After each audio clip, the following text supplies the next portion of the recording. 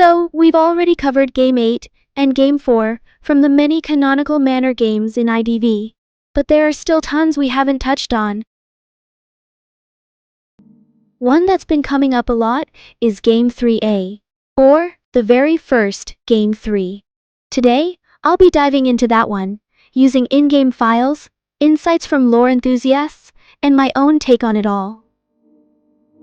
Game 3A had a pretty unique mix of characters: Aesop Carl, Victor Grants, Anne Lester, and Ganji Gupta, mostly introverts with some serious intrigue between them. Like the other games, things took a dark turn, and, well, many didn't make it out. The big questions are, what actually went down? What's the story connecting all of them? This is your broadcaster Silmina, signing in. Oh, and just a quick disclaimer. This whole story told in this video is my interpretation of the entire lore, based on insights from lore experts and in-game files. It's all a theory, considering how complex the IDV lore is.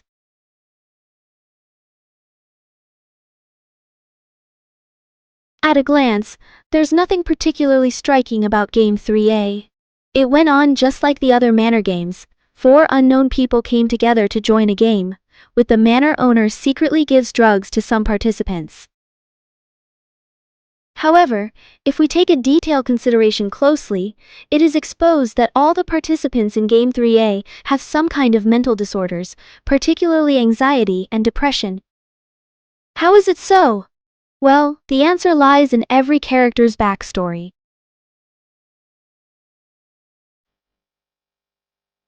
Among the 4 characters in Game 3A, I'll start with Aesop Carl, as I think he is the most twisted character in whatever events the Game 3A would unfold later on. Aesop's story begins with the death of his mother due to an illness. His deduction quest reveals that he was adopted by a man named Jerry Carl, from whom he took his surname. Aesop's first letter hints that his mother was very sick, and at one point, Jerry persuaded her to end her suffering through a peaceful death, a fact that Aesop would only learn about years later. During his time with Jerry, Aesop was removed from school because of what was labeled as autism, though it was more likely a form of cognitive bias.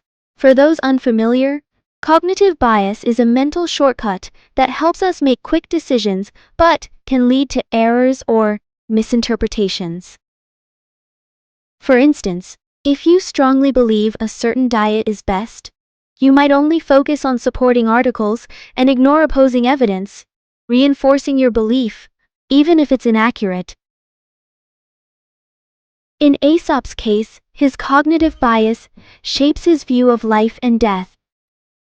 He believes that those who live in misery should be granted a joyful death. This perspective comes directly from Jerry Carl, his mentor.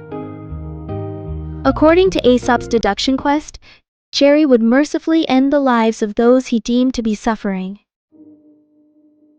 He'd persuade them to accept his help, but if they refused, he'd administer a toxic injection.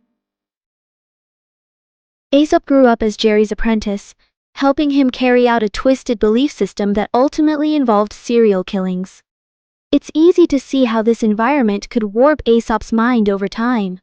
Maybe Aesop was mentally stable at one point, but after years of indoctrination, his perspective became equally distorted.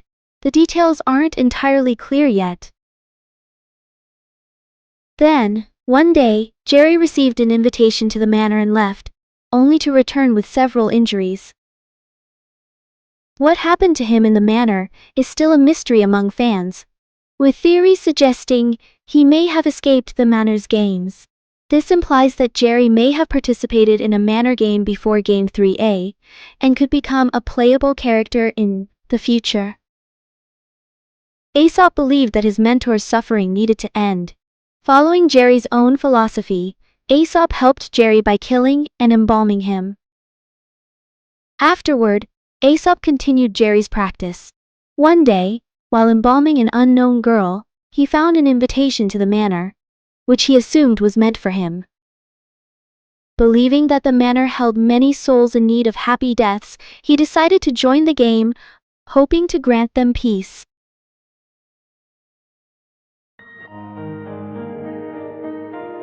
Anne's story revolves around a deep emotional scar that leaves her feeling anxious, insecure, and maybe even a bit emotionally unstable at times, all thanks to her tough backstory. It starts with her mother, Wendy Lester, a wealthy British woman who decided to marry a nameless painter. Anne, being half Czech and half British, likely got her Czech roots from her father. After marrying, it's not clear where Wendy and her husband settled, but he admired Wendy for her beauty, elegance, and ladylike ways. She was his muse. Wendy was thrilled when she got pregnant, decorating a baby room full of toys, clearly excited for the child's arrival. But tragedy struck when she passed away soon after giving birth to Anne, leaving her husband devastated. He hoped Anne might grow up to be his next muse, but that idea didn't exactly pan out. As Anne grew up, it became clear she didn't resemble her mother, which disappointed her father. He was strict with her that she only had 1 hour of free time each day, which she'd spend in the baby's room, where her mother's presence lingered in some way. This room became Anne's refuge, a safe place away from her father's constant negativity. Anne was told that she didn't look or act like her mother and was labeled worthless. Over time, this took a toll on her mental health, but in the baby's room, she felt safe. Among the toys, there was a small glider with wings that she'd often daydream about, imagining it carrying her far away from her harsh reality. When she grew up, a string of men tried to marry her, but Anne wasn't interested until she met a man at a gathering who seemed sincere and understanding. After her strict upbringing, it's not surprising that Anne quickly fell for someone who showed her kindness. They got engaged, and Anne trusted him deeply. Sadly, it turned out he was just after her wealth, as were all the other suitors. Wendy had left a will, giving Anne half of her fortune upon adulthood, so her father had orchestrated this plot to get his hands on it, using her engagement as bait. The plan worked, and Anne was left penniless, forced to seek refuge in the Holloway nursery house, possibly inspired by the real-life Holloway Sanatorium in Britain. For your information, the Holloway Sanatorium serves as a place for those who are mentally unstable, but it's unclear if Anne was suffering from a mental illness. Still, after everything she'd been through, she was undoubtedly shaken. While at Holloway, Anne received a letter from Nicholas Oz, her mother's attorney, who brought news of an additional 30% of Wendy's fortune left specifically for Anne. Some speculate Wendy had anticipated her husband's greed and left this portion to protect her daughter. With this inheritance, Anne recovered and opened a toy shop, spreading joy to children and maybe healing a bit herself in the process. For the first time, she felt free from her father's control and her ex-fiancé's betrayal, ready to start fresh. But then one day, a letter arrived revealing info about the two scammers, her father and former fiancé. Determined to reclaim what was rightfully hers, Anne set off for the manor, ready to face them head-on and seek justice for all she'd endured.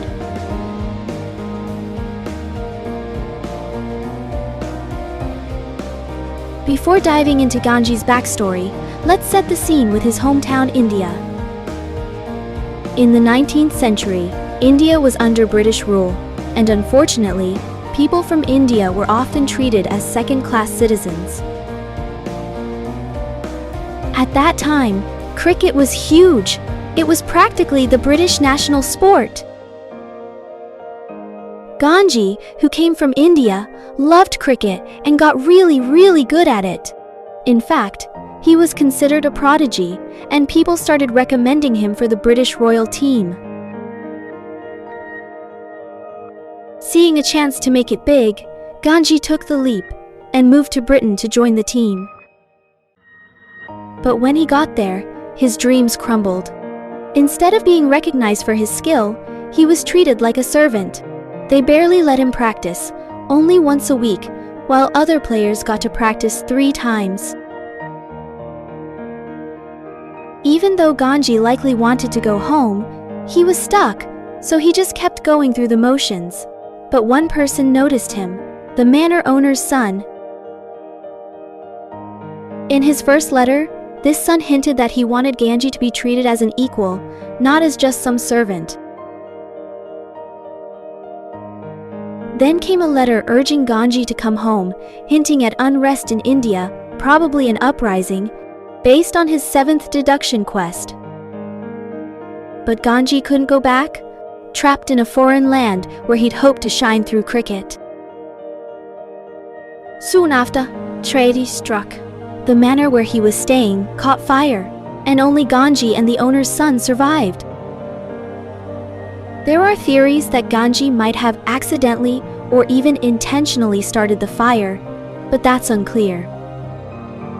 What I believe is that during the fire, he snapped, managing to save the son, but left traumatized. Afterward, he wandered Britain as a refugee, even attempting to flee but ending up in a detention center. In detention, Ganji started showing signs of severe PTSD. He became extremely anxious around fire, even banging his head on the wall at night. Eventually, he escaped and went into hiding, where the locals found him strange and avoided him, thinking he was trouble. The last thing we know is that Ganji got an invitation to the manor with the promise of a large reward. Hoping that this could be his ticket home, he took the chance, accepting the invitation to the manor.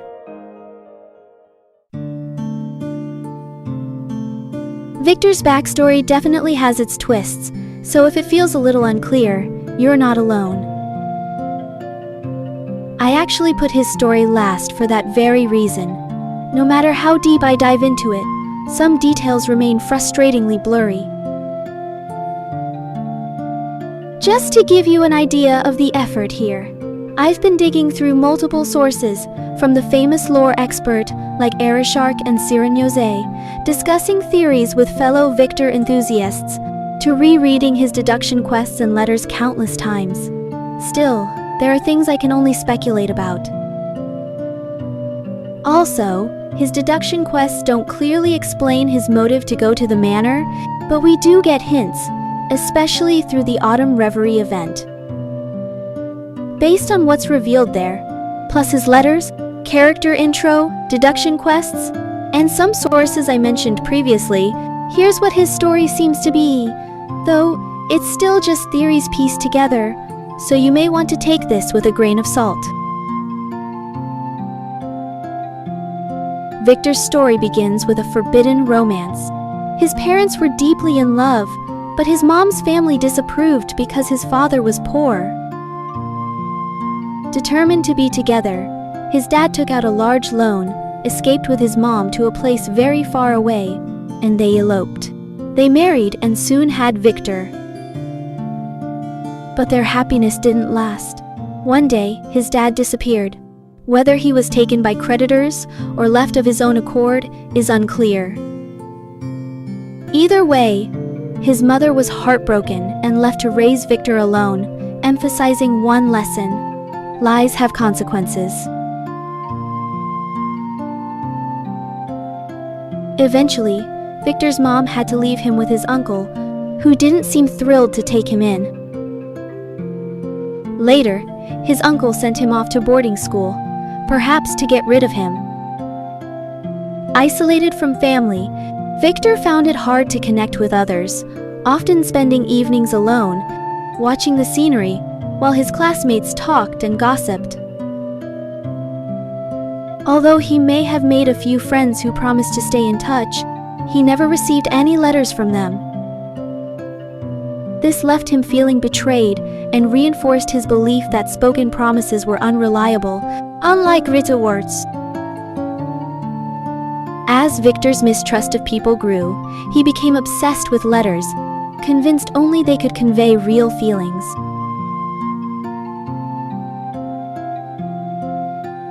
He eventually started to work as a postman.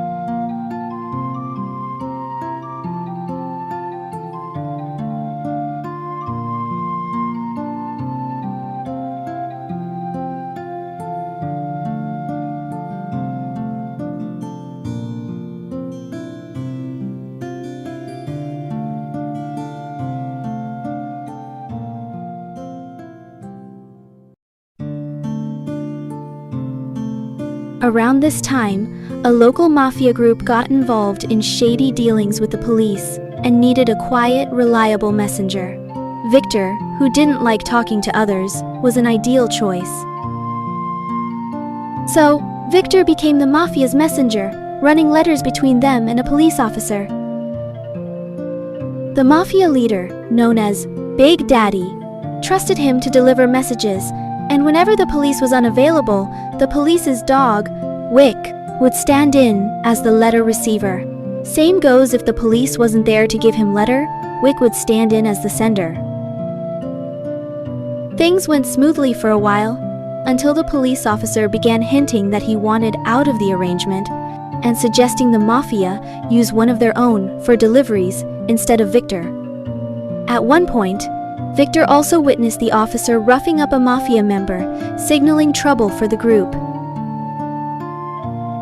Based on Victor's deduction quests numbers 3 and 10, it seems the police had confidential files on Big Daddy, which could have landed him in jail. His 2023 birthday poster notes even hints that, in case of an accident, a letter would be sent to Victor through Wick. This letter likely contained files exposing Big Daddy's secrets, enough to get him imprisoned.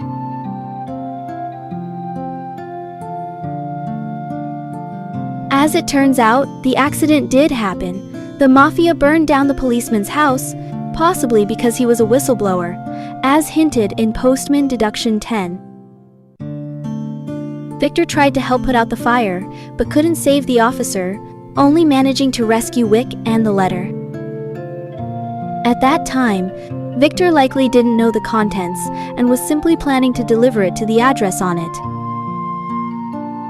Victor's first letter and 2022 birthday question suggest he and Wick failed to deliver the letter on time, since Wick got distracted by a sausage. This delay led the mafia to get their hands on Victor, Wick, and the letter first. It even looks like they tried to burn Wick too, but somehow he survived. Victor might have promised to keep quiet about everything he knew, though this part's still unclear. Why didn't the mafia just get rid of them? It was probably to avoid raising suspicion. If they died right after the officer's murder, it could have drawn the police's attention to a connection between Victor, the officer, and their shared secrets. So, instead, they warned Victor to stay silent and let him go, keeping Wick around. Under these threats, Victor had no choice but to quit his job, as mentioned in his last deduction letter, where he lost his bronze bell and received a warning from the mafia. This incident left him with deep regret and a desire for redemption, sparking an obsession with keeping secrets from falling into the wrong hands, as seen in his third and fourth letters. No longer a postman, and now burdened with a secret he had to protect, Victor was thrilled when, one day, a letter finally arrived addressed to him personally. It was the first letter he'd ever addressed. As someone who saw letters as the truest form of expression, he felt this invitation was special, like someone was finally reaching out to him. Without hesitation, he accepted the invitation to the manor.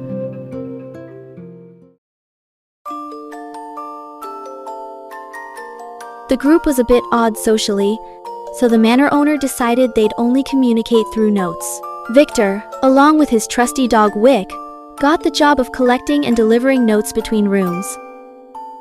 They'd slip notes under each other's doors, and anyone who needed a message picked up would just knock on their door to signal him. Victor loved this task. It was like being back in his post office days, collecting letters and feeling useful. This note-passing system actually worked pretty well for everyone. Well, everyone but Ganji. It fit right in with their personalities, since they were mostly low-key and avoided direct confrontations.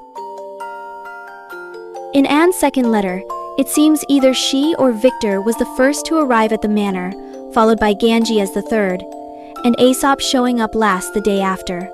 Going off this, let's piece together what might have gone down between them, day by day.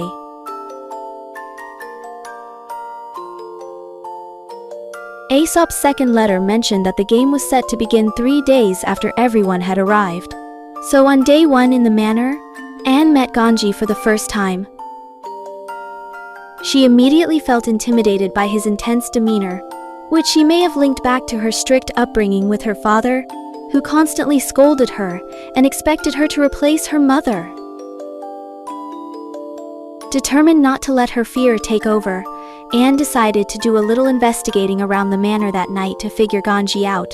When she got close to his room, which was conveniently right next to hers, she heard strange banging sounds. She could also hear heavy breathing, and it all gave her the creeps, making her feel like someone might suddenly come crashing out of the door. Considering her past, it's easy to see how her imagination might have painted Ganji as this looming threat. In reality, though, Ganji was simply practicing cricket. Given his past with the Royal Cricket Team and a fire incident, he probably used cricket as a distraction from his PTSD. Judging from this, it wouldn't be surprising if he had a personal connection to that fire incident, but we're left guessing how exactly he was involved. Eventually, Anne went back to her room, and everything settled down. The sounds stopped, but this first meeting left an unsettling impression on her that lingered.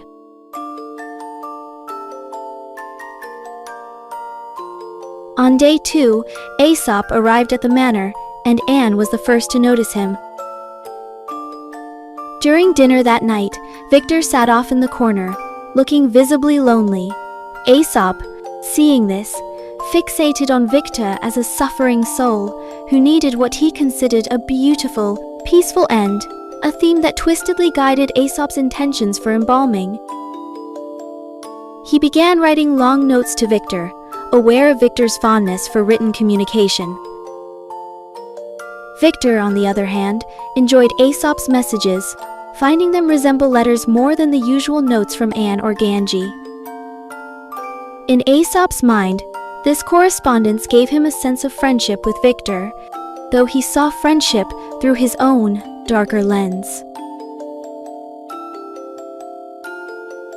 Around this time, the manor owner decided to administer drugs to some of the participants, particularly Anne and Ganji, due to the slow progress in the experiment. The drugs had different effects. For Anne, it heightened her anxiety and wariness, amplifying her existing discomfort around Ganji.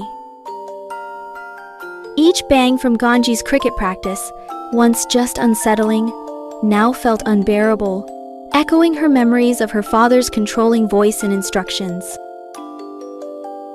Later, Anne confided her growing fear of Ganji to both Aesop and Victor, but neither showed much concern. Victor seemed indifferent, and Aesop's response was, at best, ambivalent, too caught up in his own intentions for Victor.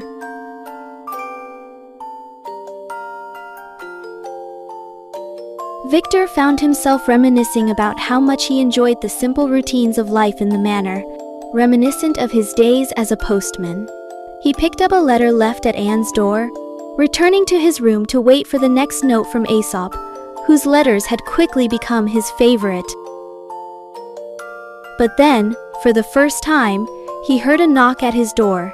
A mix of excitement and unease washed over him. He suspected the visitor was Ganji, recalling a similarly irritable person he'd once met. Slowly, he cracked the door open, but before he could fully open it, Ganji pushed it wide with a loud bang. Victor kept his gaze averted, too intimidated to look him in the eye. Ganji left a note about Anne's behavior before turning and walking away. Only once Ganji was gone did Victor pick up the note. Later that night, Anne's restlessness returned. Unable to sleep, she wandered the manor halls with a lantern, her anxiety heightened by the drugs. Passing by Ganji's room, Anne's lantern triggered a reaction. His PTSD sent him into a manic episode, creating loud, unsettling sounds.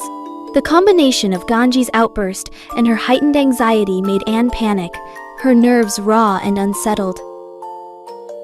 Hearing the commotion, Aesop and Victor quickly intervened, managing to subdue Ganji together. They confined him to a pitch-black room to prevent further disruptions, trying to restore some calm to the manor for the night.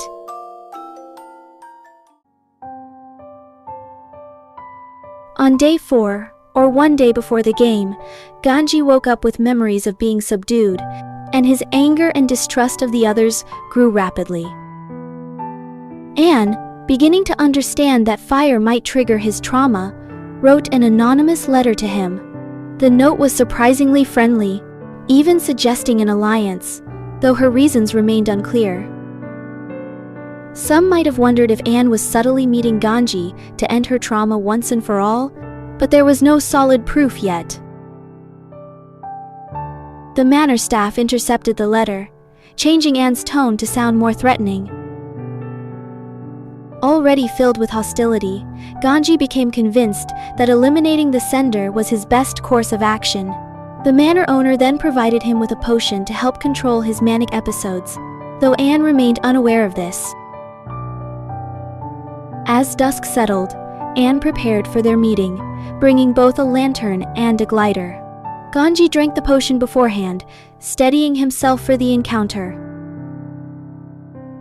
They eventually clashed, with Ganji initially gaining the upper hand. However, Anne accidentally knocked over the lantern later on, igniting the room they were in. She managed to escape by gliding out the window, while Ganji found himself trapped, searching desperately for a way out as the potion's effects wore off, plunging him back into a manic state. Anne called out to both Aesop and Victor, practically screaming, as mentioned in Aesop's 4th letter. She explained the entire situation to them. Upon hearing her words, Victor was gripped by panic. He suddenly remembered that the notes he cherished were still in the room, engulfed in flames. His love for letters drove him to run back into the burning room to save them.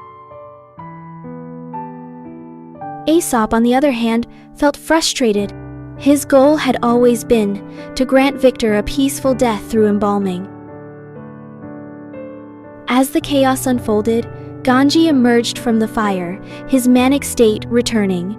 He confronted Anne, and together, she and Aesop managed to subdue him, even though she became hysterical in doing so. In his frustration over losing his precious target, Aesop turned on Anne and eliminated her as well. Victor managed to enter the burning room, despite the flames all around him. In that moment, he was flooded with memories of the beauty of his days in the manor, which had given him a renewed sense of responsibility. He recalled how long it had been since he received a real letter with an envelope and stamps. The notes from Aesop, Ganji, and Anne provided him with comfort, fulfilling a deep-seated wish. Throughout the game, Victor's true desire had been to find happiness and contentment through the existence of letters and notes, which offered him more security than spoken words ever could. Victor decided to stay in the room, carefully placing each note into an envelope before succumbing to the fire, having finally achieved his wish. Meanwhile, Aesop, realizing that his target had perished, chose to end his own life as well. In his own way, he fulfilled his wish to guide suffering souls to a peaceful death. Believing that he, too, was suffering, Aesop decided to embrace the flames, convinced that they would all be happier together in the afterlife. In the end, each participant met their fate before the game could truly begin. The manor owner declared Game 3A a failure, preparing for a second attempt, known as Game 3B, in hopes of a different outcome. Before I close this video, I want to remind you that the content in this video is my interpretation of the entire lore, based on insights from lore experts and in-game files. It's all a theory, considering how complex the IDV lore is. That's why, if you have a different opinion, feel free to share it with us. After all, unless NetEase reveals the participants' diaries, what happened during Game 3A will, at best, remain theories we all believe in. This is your broadcaster, Silmina, signing out. See you next time.